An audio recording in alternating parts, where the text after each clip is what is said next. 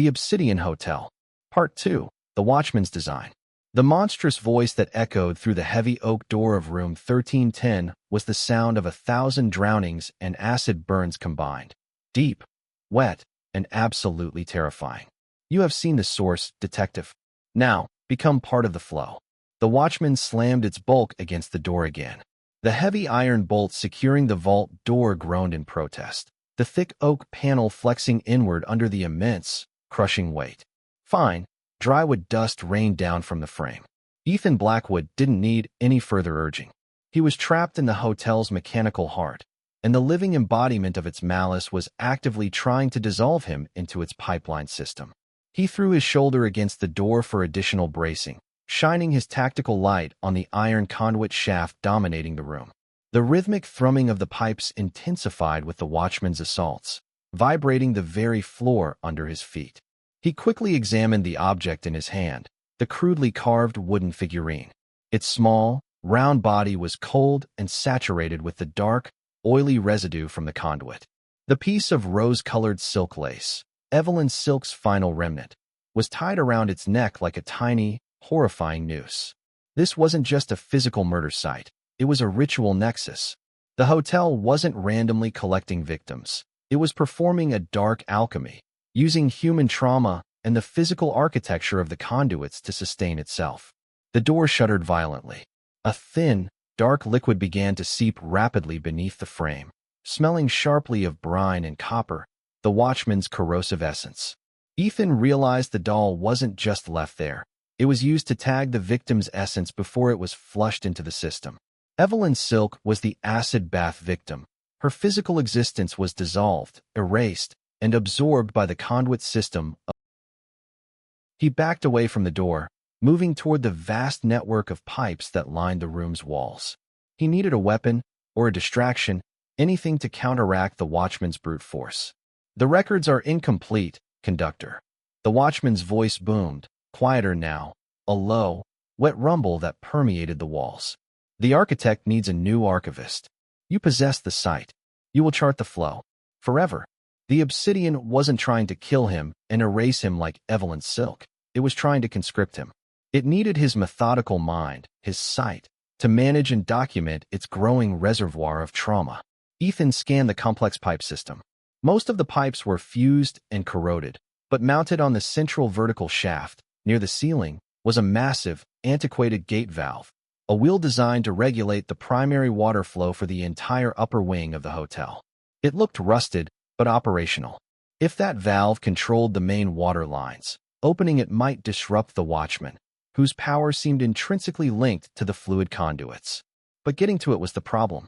The valve was 10 feet off the ground, and the only way up was a series of narrow, rusty pipe ladders that ran parallel to the shaft. He didn't have time to climb. The door was groaning, and the bolt looked ready to shear. He spotted his only chance. Directly behind the central shaft, almost hidden in the shadows, was a massive, abandoned ventilation duct. It was large enough to crawl through, leading away from the source room and likely into the main airshaft system, the very channels the Whispers used to travel. Ethan knew he couldn't beat the watchman with force. He had to use the watchman's own system against it. He scrambled onto a pile of discarded industrial materials, gaining enough height to reach a thick, horizontal steam pipe.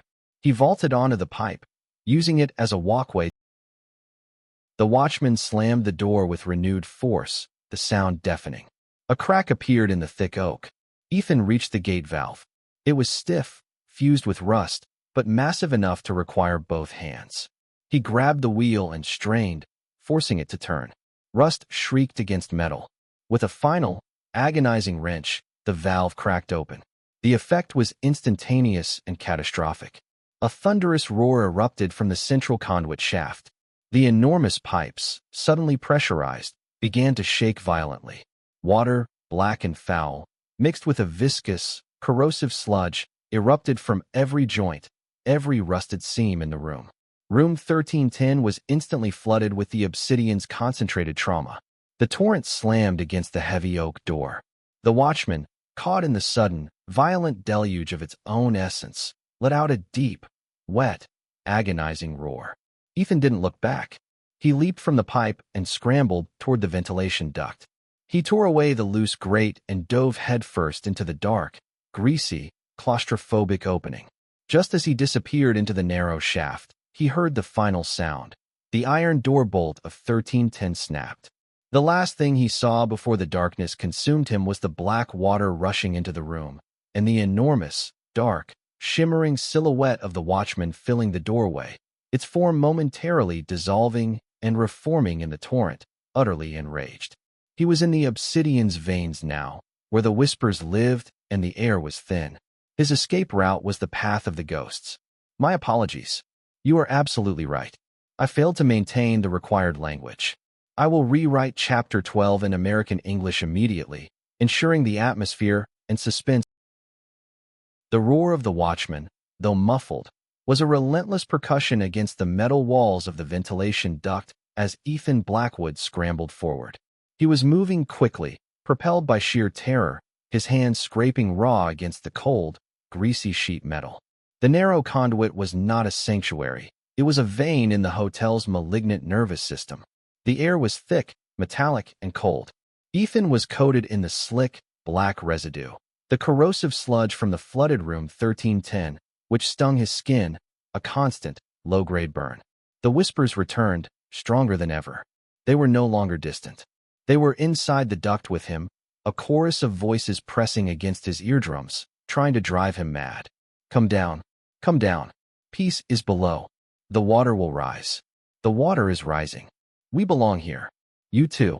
Ethan tried to filter the noise, forcing his detective brain to treat the sound as a navigational tool.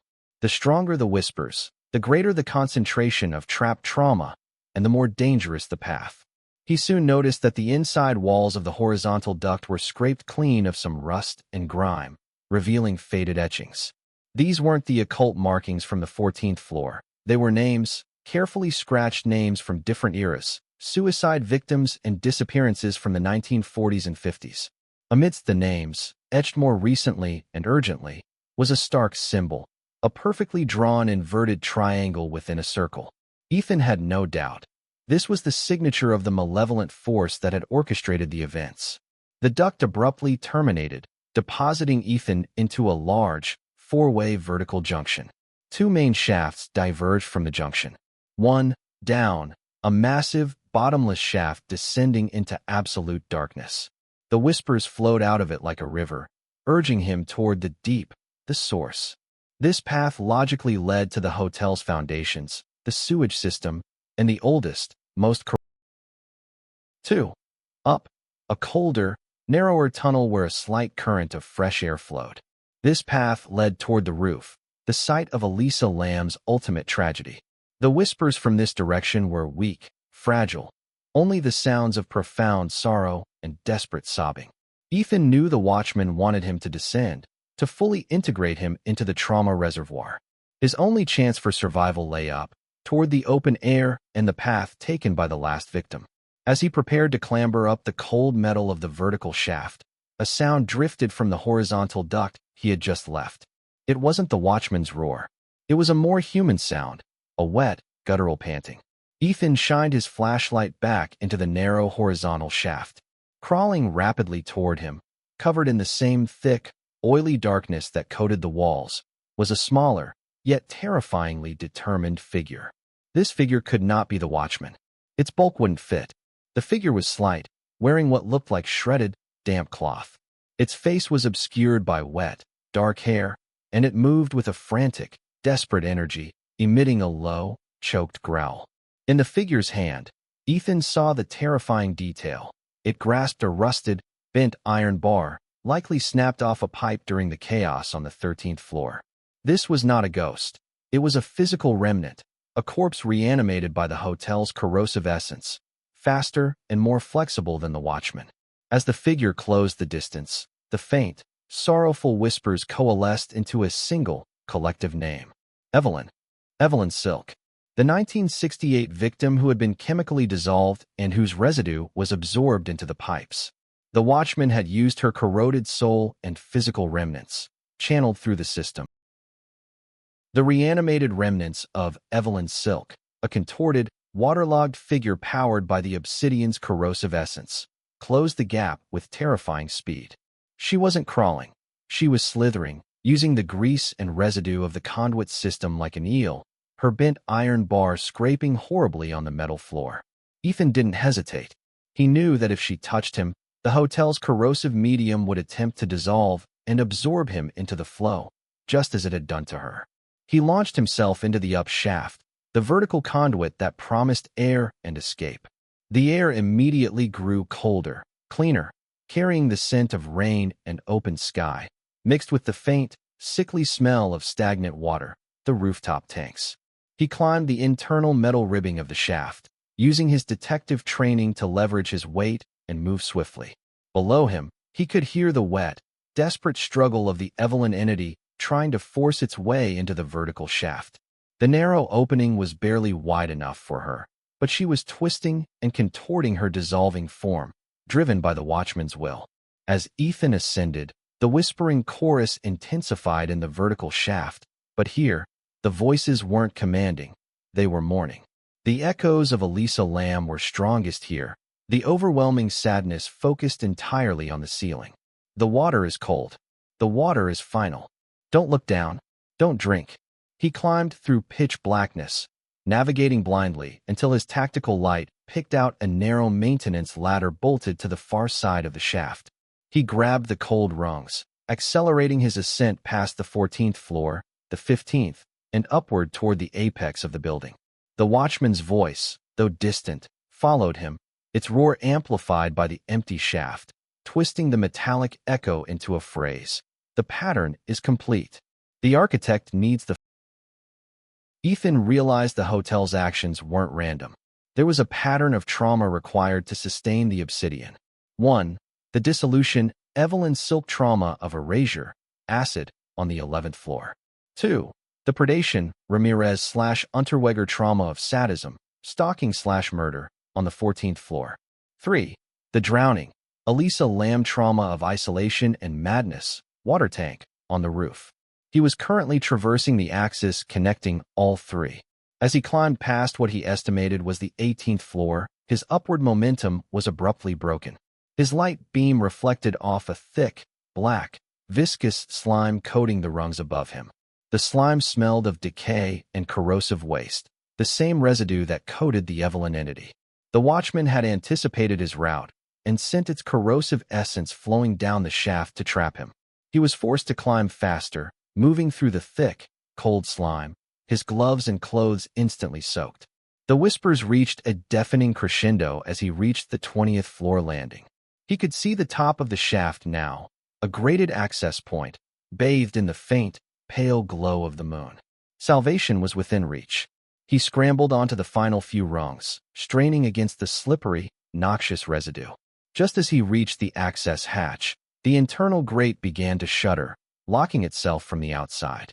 He slammed his shoulder against the obstruction. It was heavy, reinforced steel. He was trapped again, inches from freedom, and coated in the hotel's toxic medium. From below, the sound of the Evelyn entity ascending accelerated. She was now climbing with terrifying speed, propelled by the corrosive flow that aided her movement. Ethan frantically tried his lock picks, but the heavy industrial lock was too complex, too stiff. He had only seconds. He grabbed the metal rungs for leverage and kicked out, aiming his heavy boot at the rusted grate with full force. Once, twice. On the third kick, the rusted hinges sheared. The hatch flew open with a resounding clang, catapulting Ethan onto a rough, graveled rooftop. He rolled clear, his body aching, the fresh, cold night air a shocking relief. He spun around, shining his light back into the gaping maw of the vertical shaft. The Evelyn entity was already there. Her head and shoulders protruded from the hole, her dark, wet hair plastered to her face, revealing eyes that were vacant, black sockets. She raised the bent iron bar, letting out a final, heartbreaking wail that was half scream, half sobbing. Then, the watchman's power seemed to wane. The fresh air, the open sky, or perhaps the distance from the source in 1310, drained her momentum. She collapsed back into the shaft, pulled down by the corrosive sludge that was her lifeblood, disappearing back into the hotel's darkness. Ethan was on the roof, but he was not safe. The rooftop was a complex maze of mechanical units, vents, and, looming directly before him, for colossal, riveted metal cylinders, the water tanks of the Obsidian Hotel. He had reached the site of Elisa Lamb's final moments, and he was standing at the edge of the deepest, coldest part of the hotel's reservoir of terror. Absolutely. Ethan Blackwood has reached the summit of the Obsidian Hotel, but now stands at the edge of the deepest pool of the hotel's trauma. The rooftop of the Obsidian Hotel was a desolate, windswept landscape of gravel, machinery, and cold concrete. The shock of the open sky and the biting night air hit Ethan Blackwood, instantly evaporating some of the oppressive pressure that had plagued him in the lower conduits. He was out of the hotel's body, but stood at the perimeter of its concentrated mind. He was covered in the viscous, corrosive residue, a slick, black film that still stung his skin. His first priority was to clean himself and assess the damage. He stripped off his jacket and used a piece of torn insulation he found near an HVAC away the worst of the sludge. The burns were superficial but widespread, marking his skin with red, angry welts. His second priority, the evidence. He still had the memory card and the crude wooden doll, Chapter 10, secured in his kit, though both items were now smeared with the hotel's noxious essence. He stood up, his gaze drawn immediately to the four colossal, cylindrical metal water tanks. They loomed over him like silent, monstrous sentinels, catching the weak glare of the downtown lights. These tanks, which supplied the hotel with its drinking and washing water, represented the final resting place of Elisa Lamb, the ultimate symbol of the hotel's water trauma. Ethan walked slowly toward the tank designated Tank 4, the one officially confirmed as Lamb's tomb. He noted the sheer difficulty of the terrain. The tanks were surrounded by a low railing, and the only access point to the top, where the heavy lids were secured, was a tall, fixed ladder. The official police narrative had always struggled with the logic. Lamb would have had to ascend the ladder, lift a heavy tank lid, and seal herself inside. Ethan now knew the missing piece. The watchman, the colossal figure from her final video, had done the heavy lifting. As he reached the base of Tank 4, the air grew noticeably colder, and the familiar, sorrowful whispers intensified, centered entirely around the massive metal cylinder. Don't drink. Don't drink. He promised me peace. He showed me the water. Ethan circled the tank, running his gloved hand over the cold, rough steel. He could feel the pervasive sadness radiating from the metal.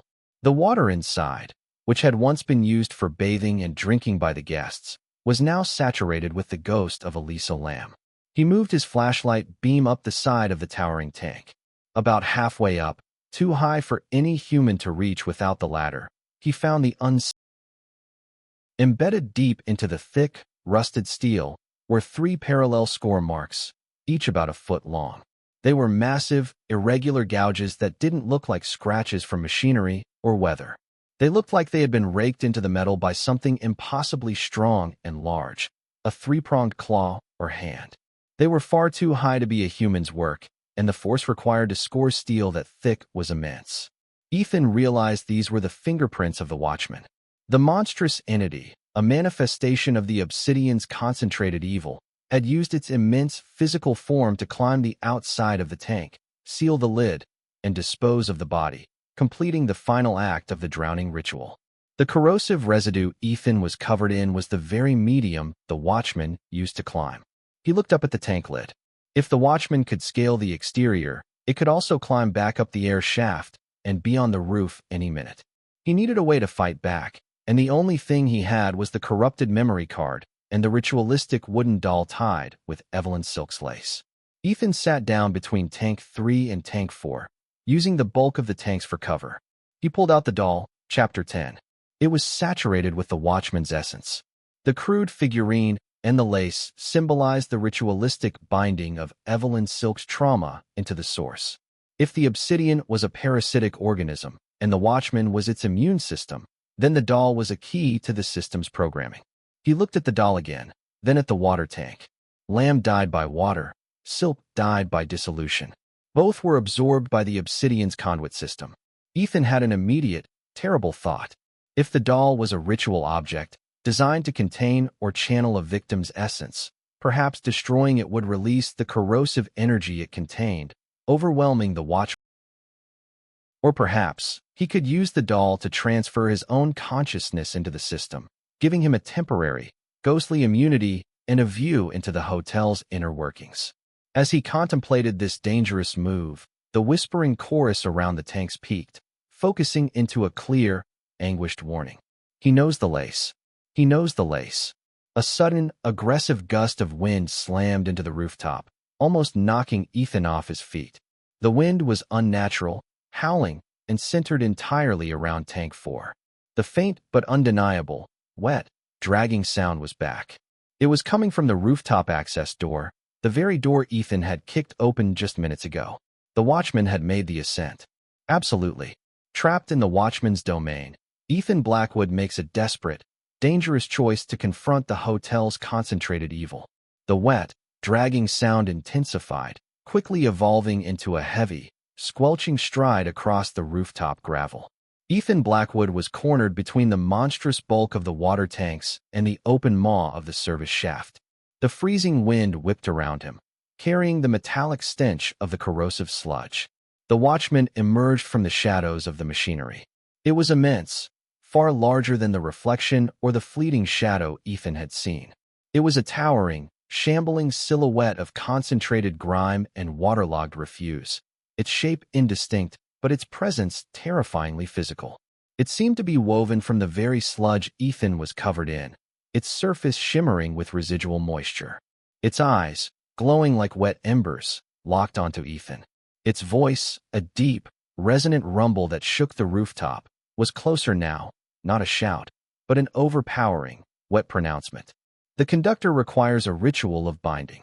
You will become the final vessel, detective. The architect. Ethan knew he had no time for reasoned thought, only action. He held the key, the small, crude wooden doll tied with Evelyn Silk's lace. He had to assume the doll wasn't just a remnant.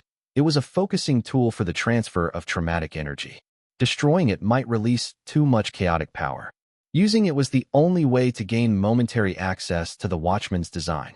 He scrambled onto the low guard railing surrounding the water tanks. He dipped the doll into the corrosive sludge still clinging to his jacket, saturating the wood and the lace with the obsidian's essence. Then, he made the final, reckless move.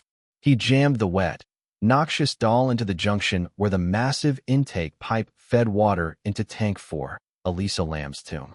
He was performing a crude, desperate, unholy sacrament, trying to force a connection between the source of the drowning trauma and the acid bath residue. The moment the doll touched the metal pipe, the world fractured.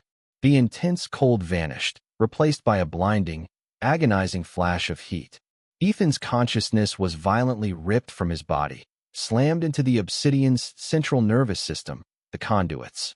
He was no longer Ethan. He was a flow of information, a torrent of sensory data rushing through the pipes, vents, and walls. He experienced everything at once. He was Evelyn Silk, 1968, screaming as the powerful acid ate away the floorboards of room 1109, the pain dissolving into a metallic taste that flowed into the sewer conduit. Erasure. He was Elisa Lamb, 2013, trapped in the darkness of the elevator, utterly terrified of the colossal shadow that pursued her, a deep sense of betrayal consuming her as she was sealed into the water tank. Isolation. He saw Richard Ramirez, 1985, kneeling in room 1310, the source, etching the number 10 and the pentagram, not as an initiator of the ritual, but as a servant, charting the flow points and leaving the ledger for the architect. Then, the final, terrifying. The watchman was not the architect. The watchman was merely the muscle, a powerful, elemental spirit of corrosive trauma. The true architect was a living human being, someone who knew the hotel's infrastructure intimately, someone obsessed with controlling its dark energy. He saw a brief, clear image, a thin, elderly man in a dust-covered suit, meticulously recording data in a lounge chair, Silas. Silas, the archivist, Chapter 4, was the architect. He hadn't warned Ethan. He had lured him into the ritual to replace the failing watchman. The vision snapped. the agonizing heat replaced by the intense cold of the rooftop. Ethan stumbled back, gasping, his mind reeling. Silas, the kindly, knowledgeable old man. He had been recording the flow of trauma for decades, waiting for a replacement, a new archivist like Ethan. The watchman was now just a few feet away, its immense hand reaching out to grab him, the corrosive residue dripping from its fingers. But the ritual had worked. The violent cross-contamination had caused a brief, catastrophic feedback loop in the watchman's system. As the watchman's hand closed on empty air, its massive body began to shimmer uncontrollably. The collected corrosive sludge suddenly erupted outward in a cloud of noxious steam, and the massive figure staggered, letting out a roar that was now tinged with genuine pain. The vision had given Ethan the key. The watchman fears water purification. The tank closest to him was Tank 3, which, according to the official plans he'd glanced at, contained the main chlorine purification inlet. With renewed clarity, Ethan ignored the watchman. He sprinted toward Tank 3. He scrambled up the short, fixed ladder, reaching the heavy lid. The watchman was regaining its form, roaring in blind fury and pursuit. Ethan threw his entire weight onto the lid of Tank 3, using his tactical light as a hammer against the rusty latches. The metal shrieked. He forced the lid open just as the colossal shadow of the tank. He didn't hesitate. He grabbed a massive, jagged piece of insulating metal, and with all his strength, he shoved it into the open chlorine inlet pipe leading into Tank 3.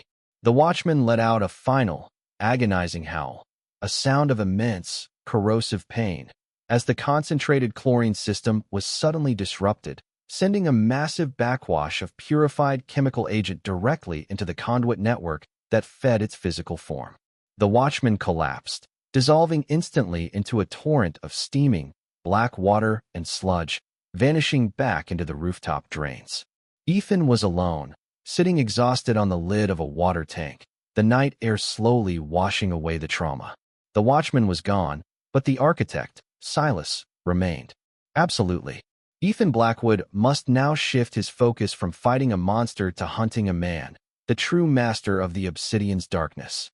The silence on the rooftop was profound, broken only by the whistling wind and the rhythmic drip of water from the breached purification tank. The immense shadow of the watchman was gone, dissolved by the chemical backlash. Ethan Blackwood, physically battered and mentally reeling from the visceral, traumatic vision of the hotel's inner workings, knew the fight wasn't over. The true enemy, the architect, remained. Silas, the kindly, dust-coated archivist, was the one pulling the strings, charting the flow of trauma for decades. Ethan quickly climbed down the ladder from Tank 3, ignoring the sharp pain in his burns. He retrieved his jacket, securing the still intact memory card and the wooden doll, now a toxic, sacrificial relic, deep inside his kit. He had to assume the chlorine disruption was only temporary. The watchman would reconstitute itself, and Silas would likely try to disappear.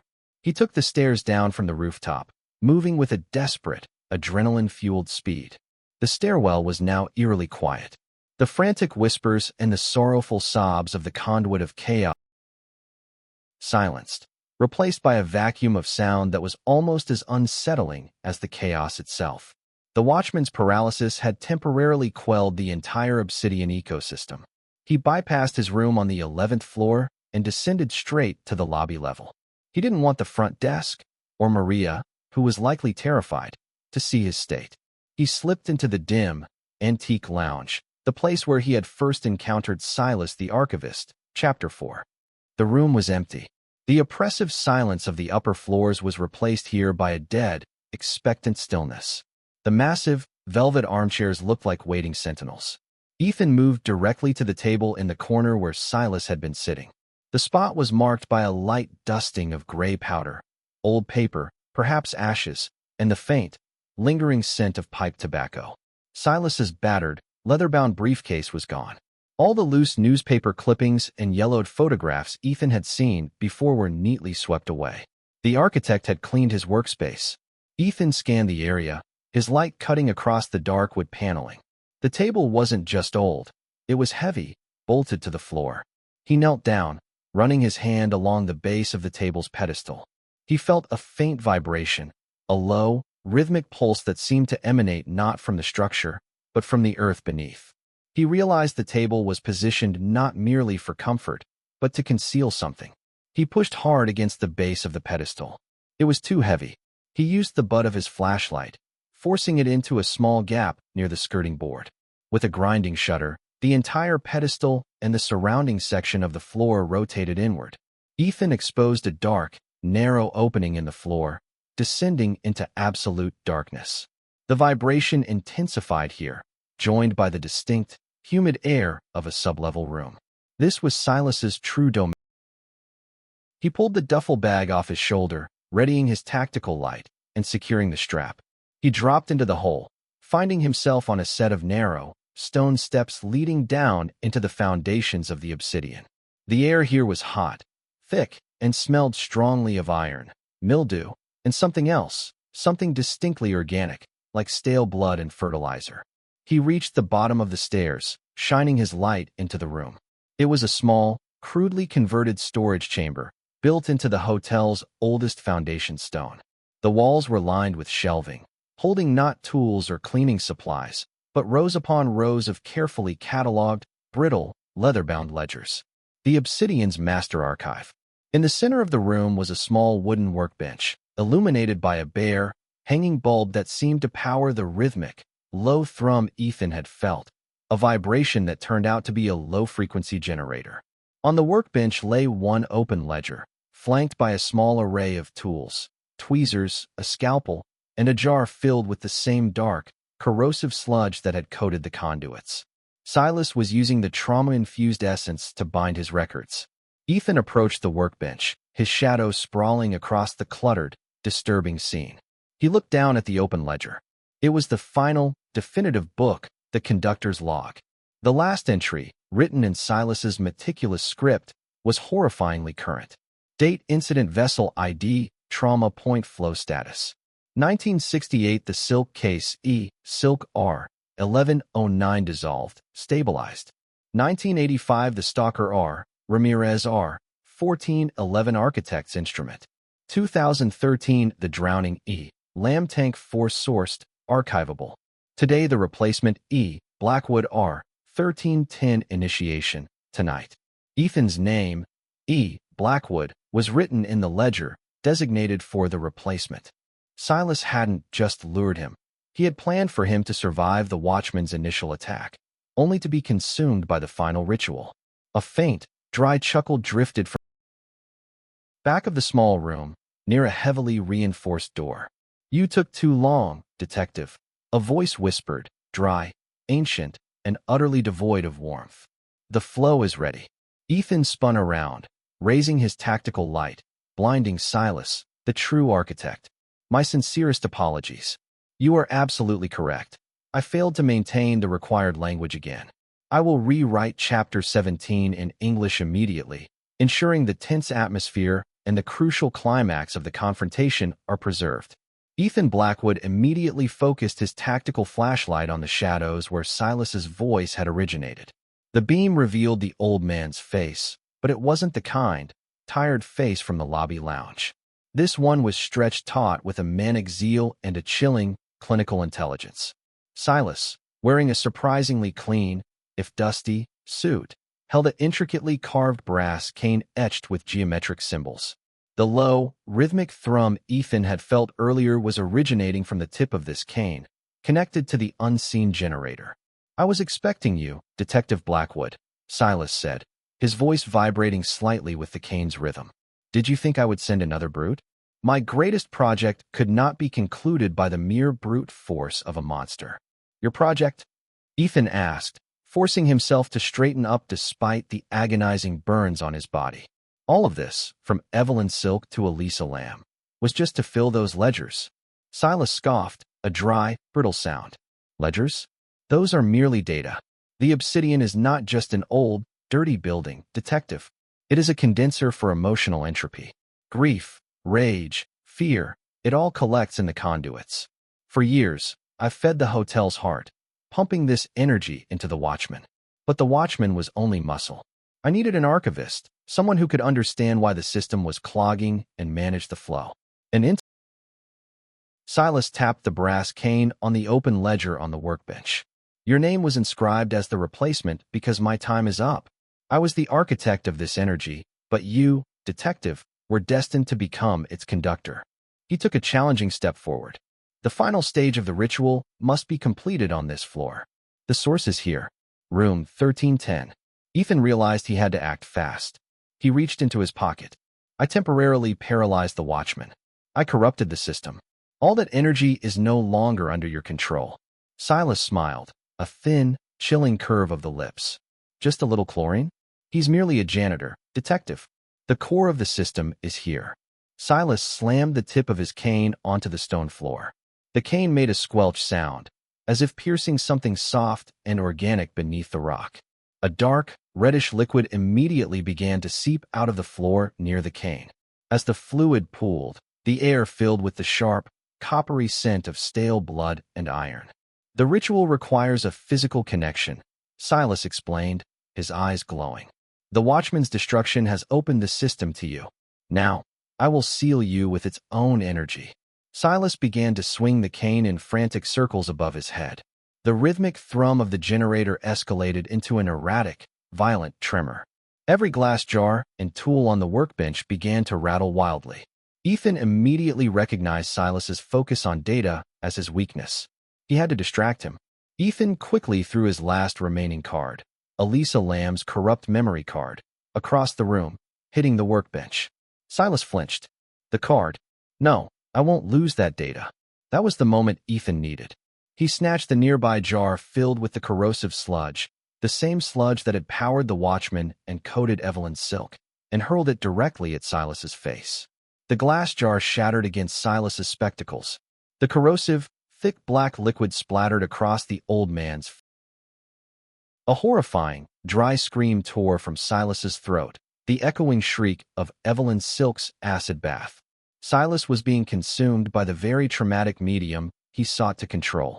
No, the archivist's hand cannot be stained. Silas shrieked, staggering backward.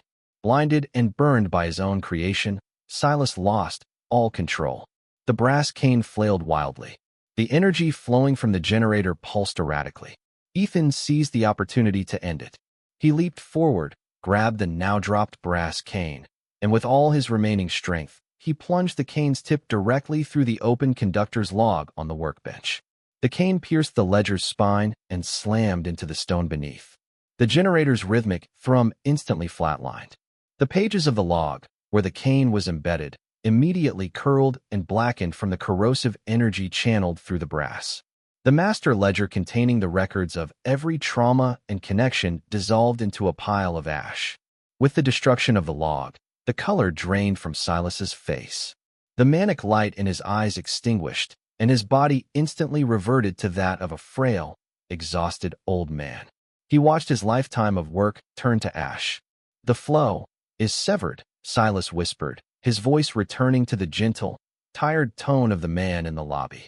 The burns and the catastrophic loss of the trauma flow instantly killed him. Silas collapsed onto the workbench, his last breath spent, collapsing directly onto the ashes of the final page, the one bearing the name E. Blackwood. Ethan stumbled away, taking a long, ragged breath. The watchman was vanquished, and the architect was dead. The Obsidian had, at last, fallen silent. Absolutely.